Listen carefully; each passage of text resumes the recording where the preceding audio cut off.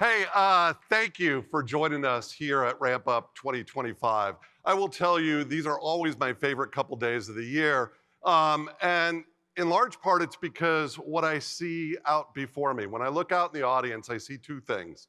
One is I see a ton of friends. Many of you I've known for a couple decades. Some of you have been to every single Ramp Up in history.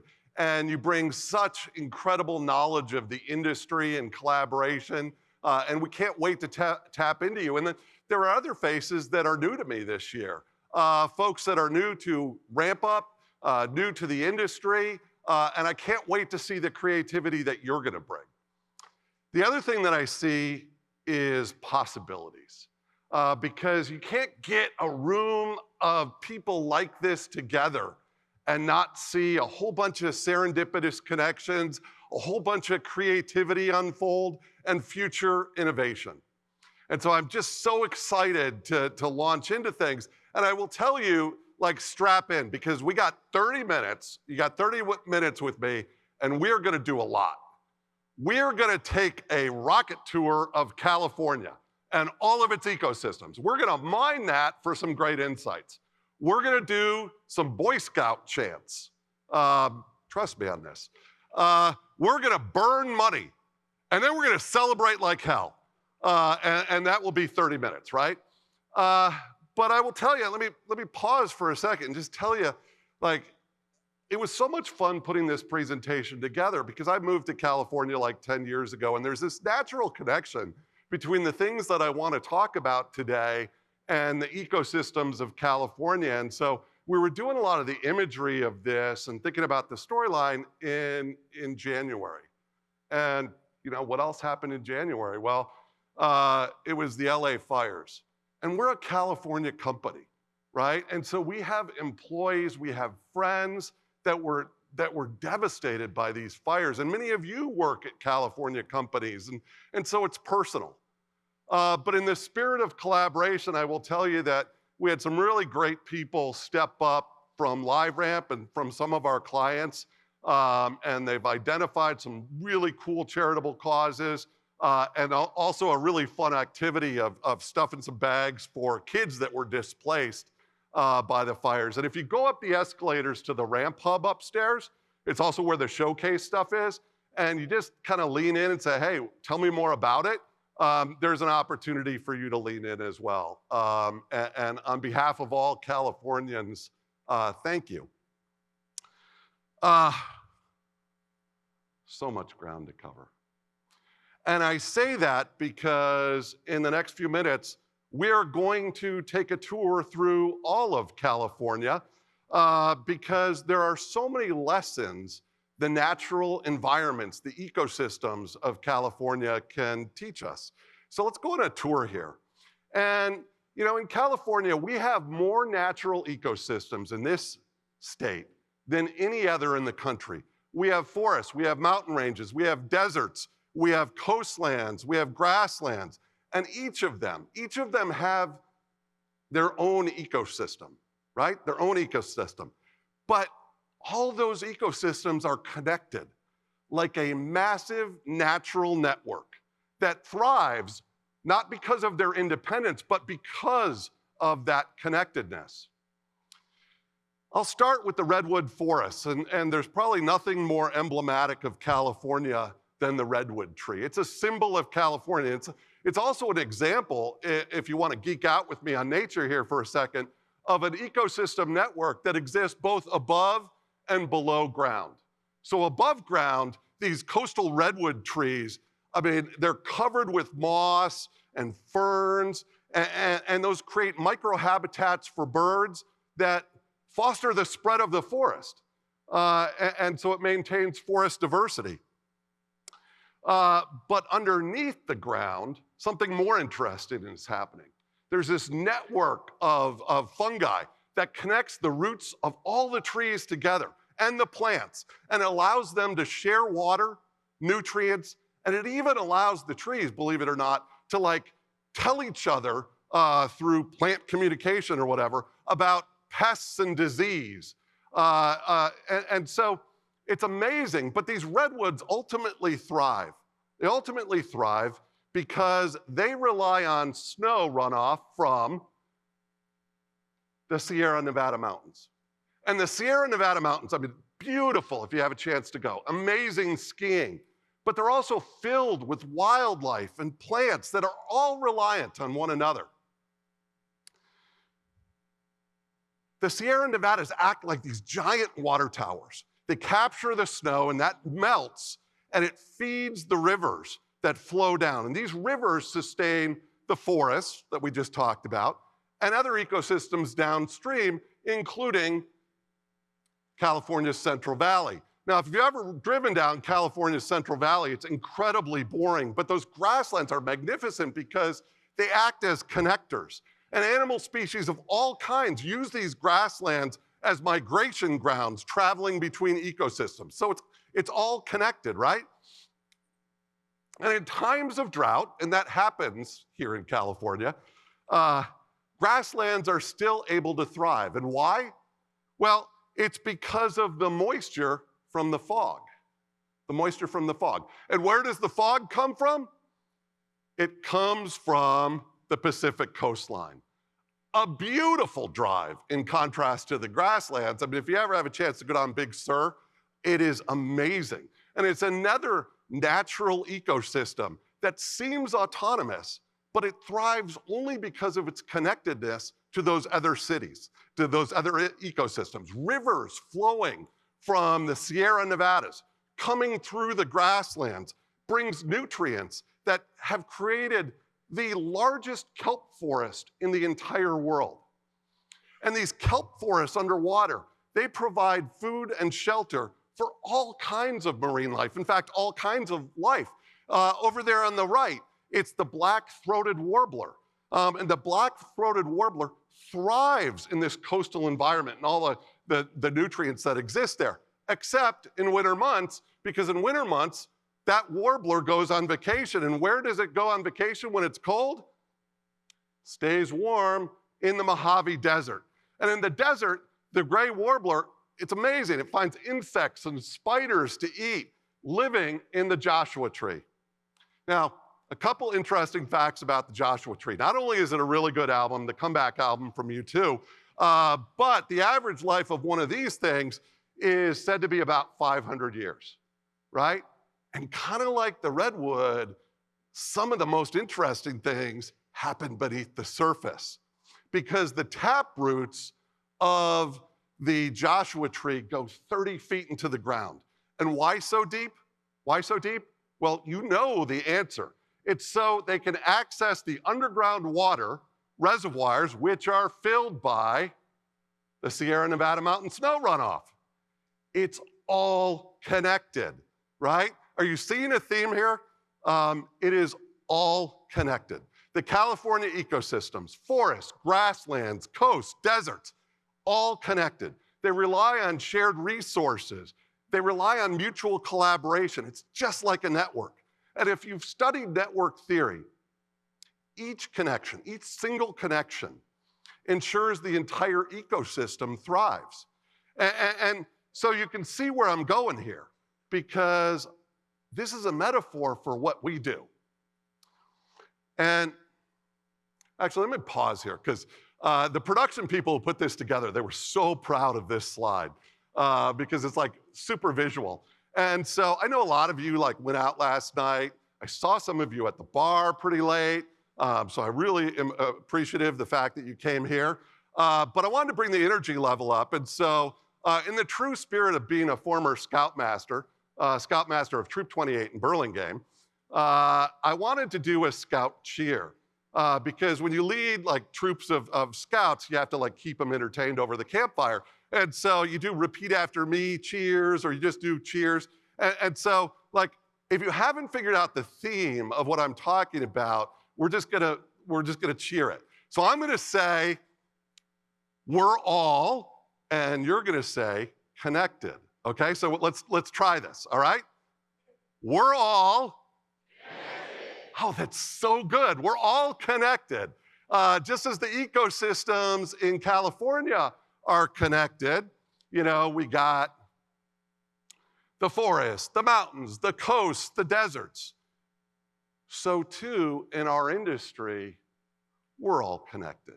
And instead of the coast, we have the clouds. Instead of the grasslands, we have ad tech intermediaries, we have publishers, we have agencies, we have clients, and it's all connected. And here today, our group consists of every participant in the ad tech ecosystem. We have incredible representation from each of the major groups. And so if we just tap into our collective knowledge, if we can figure out a way to seamlessly collaborate, if we can figure out a way to interoperate, then we can connect with one another and achieve something far bigger than any of us can on our own. And maybe this is a good time to expose what I'm going to call the myth of the monolith. There are some who believe that going alone is a successful strategy, and maybe for one or two companies in the world it is, but for the vast majority of the rest of us, it's not going to be successful. And I would say that there are two versions of the myth of the monolith that I would expose as increasingly false. And the first is what I grew up with in marketing, and it was called the golden record. And under the myth of the golden record, people believe that if you captured all of the information around people, you created a spreadsheet where every person was a row and every observable piece of data was a column, and you stored it centrally, you would have perfect knowledge and perfect predictability. But I tell you, that is a myth. That does not exist. We will never get to the age of the golden record, and it's because each of us as consumers interacts with different companies. We give permissions to different organizations, and our information lives in different silos. And so someone trying to just collect them all and own all that information, they're going to fail. The winners are going to be the ones who connect the silos, who realize everything is connected and bring the right information together at a moment in time. Right? The second myth I will expose is the myth of the technology stack, the monolithic technology stack.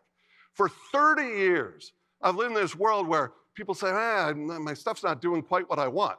Well, you need to upgrade. You need to get a CRM system. No, you need to get a CDP. No, you need to get a DMP. Oh, you need to rip out everything and move to the cloud. And I will tell you, that is a myth. Because if you're constantly chasing the next thing, by the time you install it, it's going to be obsolete. And so in the same spirit of connectivity and interoperability, isn't there an opportunity, instead of just ripping and replacing our stack, to just connect and see what value we can unlock? And so this is probably a pretty good segue.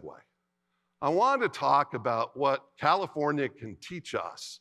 The California ecosystems can teach us about our own business. And I would say the number one lesson, nature's lesson number one, is leverage interoperability. What a tremendous opportunity for all of us. Because when we think about the connections that you can make across the industry, or even in this room over the next couple days, it is not a stretch to say that everything is available to you, because the person across the aisle probably has the missing piece that you don't have. And so rather than try to grab it and recreate it, just collaborate. And the only limitation on that is really your imagination. All right, let me give you an example of interoperability. US Bank, they're a client of LiveRamp. They were a longtime client of Adobe and their CDP. And for years, the way they did their media plan was direct integrations with a multiple group of major publishers. Each integration was its own. Each optimization happened in its own stream. And they managed that through the CDP. And what they realized is it didn't scale very well. And more importantly, they couldn't get kind of apples to apples comparison across everything that they were trying to do. And so rather than rip and replace their CDP, they just connected their CDP, and Adobe is a great CDP, right? They just connected it into the LiveRamp data collaboration network. And what they found is within a few months, they were attracting 2 to 3 times more consumers than the previous point-by-point approach. Because all of a sudden, by plugging into the ecosystem, they had access to everything. And so what's the takeaway? Before you rip and replace, think about whether you can make your existing stack, your existing technologies, your existing approaches work better just by connecting to the folks that have the capabilities that you don't. I'll give you a great example of this.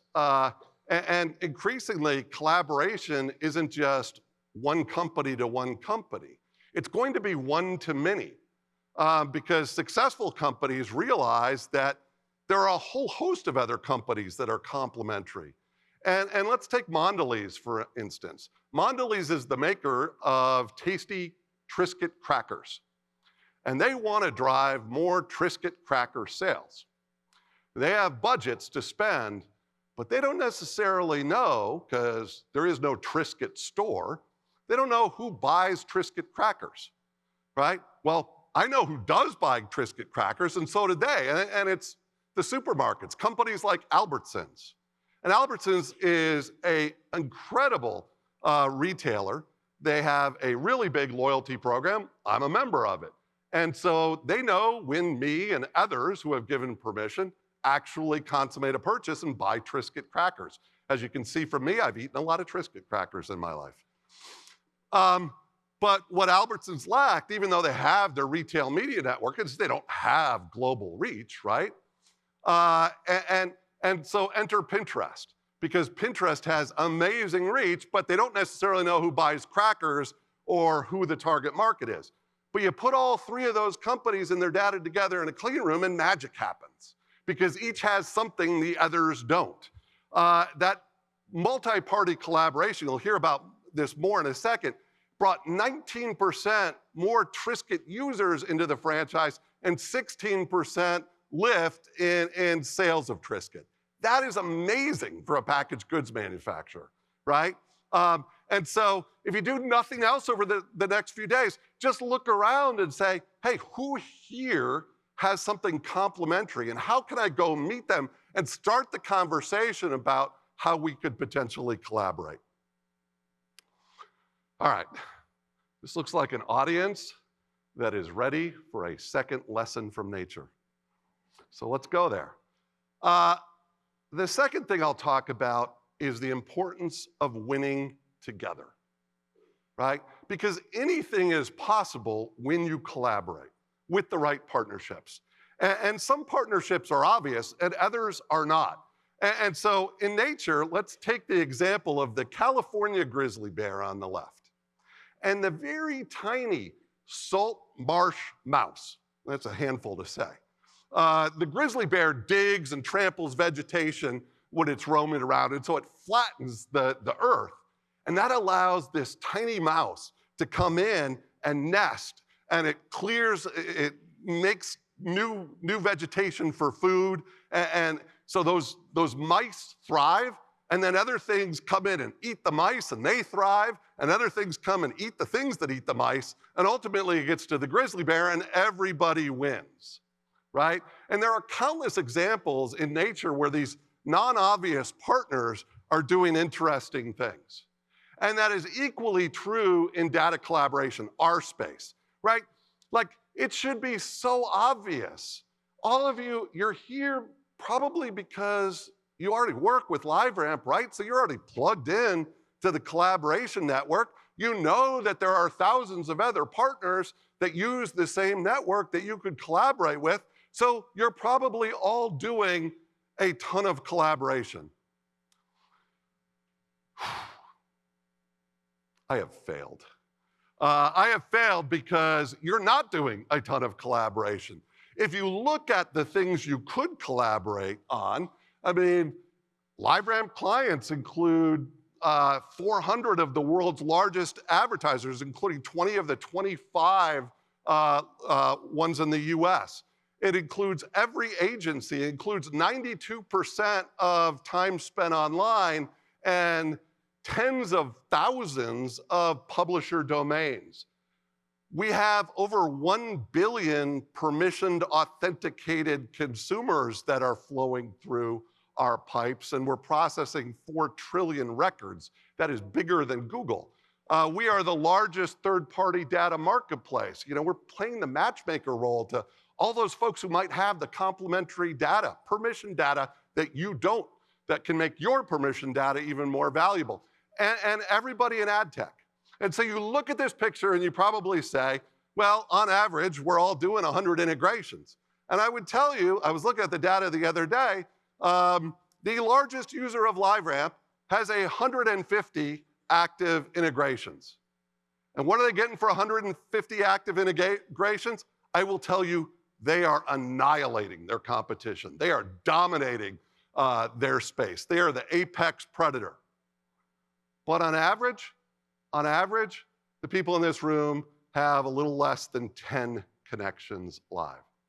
And so there's so much more collaboration to be done because you already have the technology and the people across from you are the ones that you want to collaborate with. So you just got to turn it on. And so to help, I mean, if you're going to take a screenshot of any slide I show, this next one might be a good one because just for kicks and giggles, we looked at what are the things that are on everybody's media plan. And I would say the vast majority of you have these 20 things on your media plan. But not all 20 of these things are integrated. And that is a travesty. Because if you look at like the TV destinations, for instance, we live in a new world. This isn't like us getting panel data and not knowing what we're doing. Boy, when you go talk to Disney Plus, they have deep information, authenticated information on their permissioned users. They have viewership, they have demographics. And together, if you use your CRM data with theirs, you can actually create an even more amazing predictive audience and get measurement signals back. And so why wouldn't you be collaborating with all 20 of these? And this is just a start, obviously, because, yeah, I didn't put DSPs up. We all use DSPs, right? That should be on this list. We should all have retail media networks, the major ones. That should be on this list. But if you looked at the list closely, and if you're thinking about how many of these I do, this is my challenge to you, turn them all on and see where you're at. But you say, Scott, there's not 20, there's 21 things on that list. And you're right, because the one on the far right might be a little bit of a head scratcher. Wait a minute, Scott, you have AI on there? Perplexity? And so here's my question to you. How many of you, like me, are starting to think a little bit differently about search? You know, I was part of the team at Microsoft that launched Bing, and we called it at the time Decision Engine, because it could really get into your head and figure out what you were trying to do. It was more than just a repository of the world's information, but it was a repository of the world's information at the time.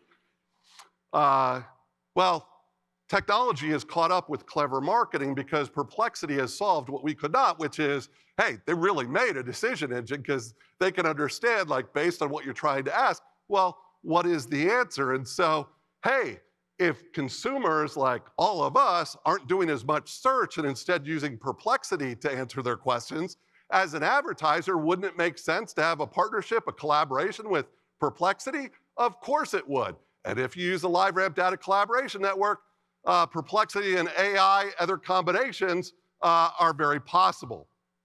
All right, and so let's just look at what this looks. This is LiveRamp Connect. Anybody who's ever used LiveRamp has gone to the Connect. You know that there are tiles. I'm activating my data in LiveRamp Connect.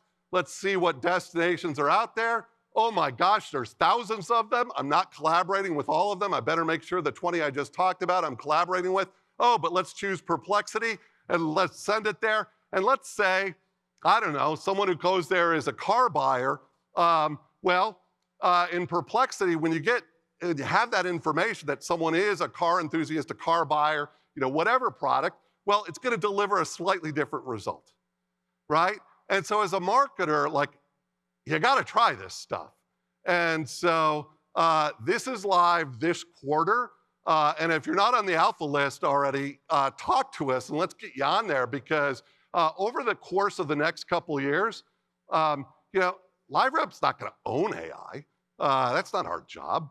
we're going to enable it. We're going to connect it. We're going to catalyze it. And you're going to have the permissions and the security and the configuration you want to light up the results you want.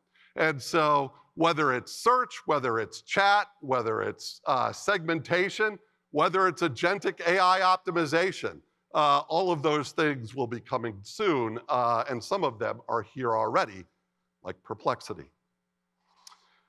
All right, nature's lesson number 3. We have to evolve. We have to evolve as an industry. In nature, to survive and thrive, animals evolve. And while this can take thousands of years, sometimes it happens much, much faster. Okay, and so take, for instance, this creature. This is the Santa Catalina rattlesnake.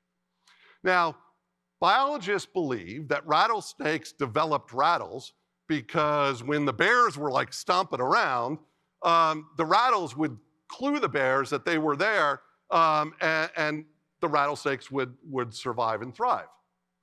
But what if there are no natural predators?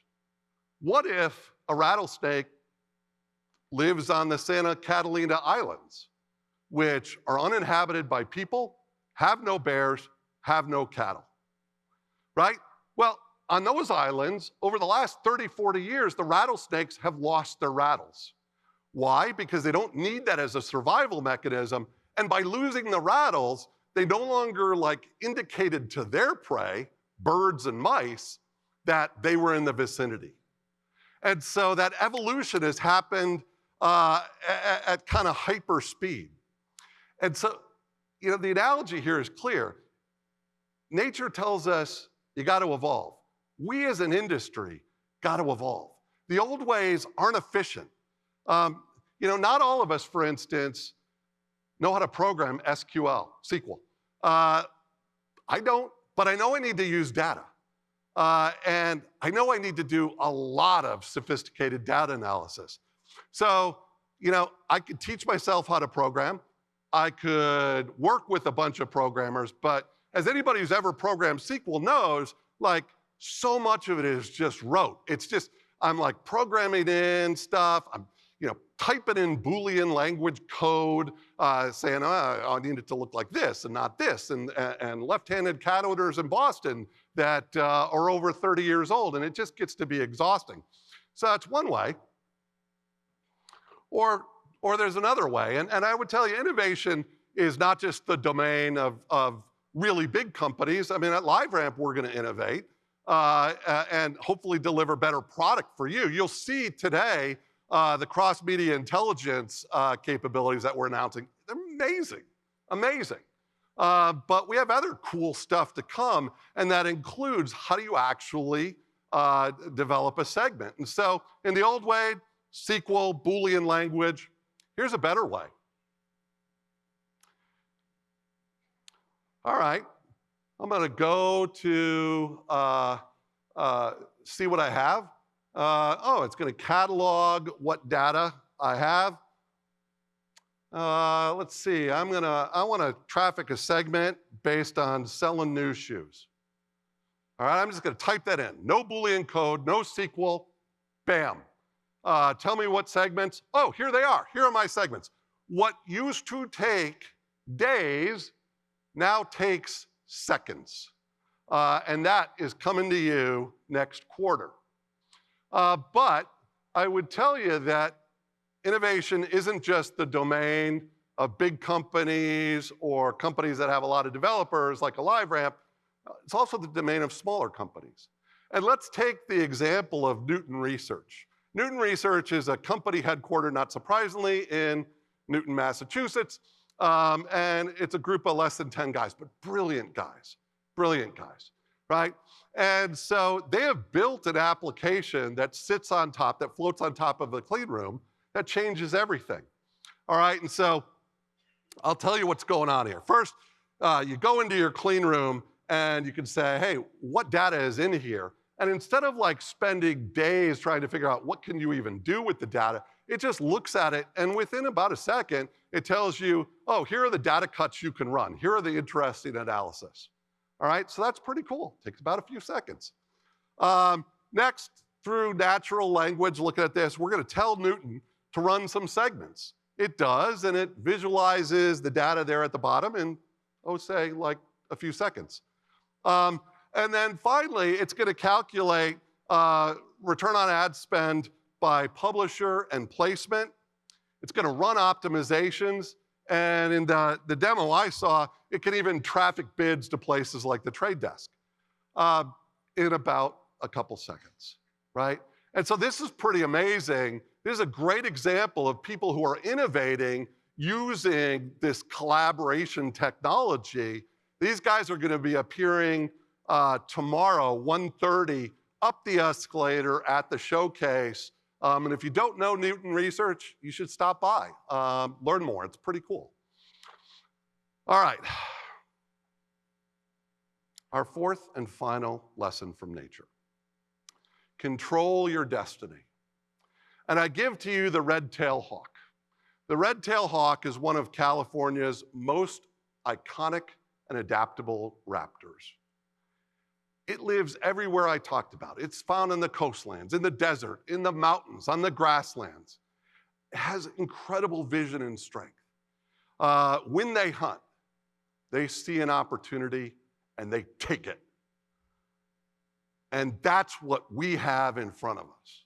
Like never before in our industry has there been an opportunity, given the processing power that exists, given the AI emerging technology that we can tap into, given the collaboration and data that is available to us all, we can see opportunities and take them like never before. And so I wanted to share with you a couple cutting edge examples of companies that are making this happen. And like this is happening real time, stuff that is just about to get announced, just stuff that's just about to get released. But maybe to preface the first, I'll take you back on a history lesson. So I'm an old crusty guy, and I kind of grew up, various times I ran an agency, I built an ad network, I ran one of the world's largest publishers, and like many other people in each one of those industries, I knew the secret of advertising is that it was pretty inefficient. Why did ad networks exist? Well, they existed because there was a data asymmetry, and so they sat in the middle and they arbitraged everybody and they took all the profits, right? And so a whole bunch of people smarter than me recognized that same thing like 10, 15 years ago. And there was this wave of innovation. And some of the companies prospered, others of them flamed brightly and are no longer with us. And so there were guys like George John who launched Rocket Fuel, right? Remember Rocket Fuel? I sat on the board of Turn with Bill Demas. Brian O'Kelly built a juggernaut called AppNexus that was later sold. Jeff Green and Trade Desk, it just did amazing things. PubMatic, the co-founders of there, just incredible. And Index and some of the other SSPs, Andrew Casal, amazing work, right? And they were innovators because they wanted to make the world of programmatic more efficient for all of us, right? But are they done? No. They're all friends of mine. And when you talk to them, they're like, it's still not very efficient. Remember earlier, by the way, when I promised that today that we would do Scout Chance, we'd take a tour of California and we'd burn money? We're at the point now where we're going to burn money. Because today, in the more efficient programmatic world, if I started with $100, given the fact that there are 5 to 7 players, or however many in the programmatic space, my $100, I talked to my agency, DSP, SSP, publisher, I got nothing left. Of my original $100, I got like 50 cents. And you're thinking to yourself, this guy is nuts. He just cut up $100 bills. It's not real. But we learned how to counterfeit. Did I say that? No, I didn't say that. It's just Chatham House rules, please. I'll just throw that there because that's not real money. Isn't there a better way? The folks at Index, I mentioned Andrew earlier, they see an opportunity to continue to innovate. And so for the last 10, 15 years, we've all bought programmatic the same way, and it's more efficient than what we had, but it's still not as efficient as where it needs to be. And so what he's worked on is he said, well, okay, what if we start from, remember LiveRamp Connect? We saw it earlier when we were trafficking to, say, Perplexity. Well, let's go back there and let's traffic this time directly to Index Exchange. And Index is partnered with all the major publishers so they can create scaled media offerings. You can provision and price your audiences for usage by agencies, brands, and publishers. And then importantly, in this connection, you can actually connect with the log level data. So you can figure out broadly across what worked and what didn't. All right? And so instead of spending 50 cents, I don't know what the number is, but it's a lot closer to the $100 that you started with. And so, yeah, does it make for the prettiest visualization? Probably not. Is it transformative for a whole bunch of people in this room? Yes. And is every other party in the programmatic world also see the opportunity to innovate? I hope so. I hope so, because it's good for our industry. Index tomorrow is also at the showcase at the Ramp Hub up the escalator. This launches next quarter, like the April quarter, and so it's really worth trying out. All right, so I talked about one big juggernaut of industry. Now let me talk about another one who helped change the programmatic landscape and ad buying landscape. And so let me just do a quick journey across the stage, because if any of us were planning a media campaign for the last 50 years, we'd do it the same way, right? We would start by writing a creative brief. We'd identify potential sites. We'd price those out. We'd place insertion orders. Maybe they're dynamic. Oh, in a couple days, we'd start to optimize. We'd measure. And then we'd go back and we'd do the same journey all over again, right? Is that efficient? Or is there a better way? Is there a better way to just jump to step whatever it is, the end step, which is to start and say, here's what I'm trying to accomplish. And you do all the steps for me, technology. And that's what we're talking about here. And this wasn't built by a company. This was built by a brilliant guy named Brian O'Kelly, the founder of AppNexus. And I'm not going to give away what he's going to announce on March 13th. But if you're not trying this next quarter, then you're missing out on a tremendous opportunity, because there's just a better way. And by connecting all of the data, right, by activating the 20 things in Perplexity I talked about in the media plan, then go into the retail media networks and all of the DSPs, like the more signals you collect, the more predictive your results, the more you can just start with results. And isn't that what we're all chasing? Isn't that what every business on the planet is trying to do, is unlock better results? I think it is. All right, those are really big ideas. And again, some of them didn't lend themselves to the prettiest screenshots. But in terms of transforming the economics for all of us in the industry, they're huge ideas. And there's so many more big ideas. These aren't LiveRamp's ideas. They're your ideas. And so my question for you is, who's next? Who are we going to be talking about on this stage next year? Because I don't want to be talking about LiveRamp. I want to be talking about what some of you have done together to innovate. Whatever you want to do, we're going to help you do it by tapping into the collaborative network, by being a catalyst for your innovation. If you can dream it, we'll work with you to make it happen. And so in that vein, I wanted to return one last time to the state of California. Something that happened just down the road.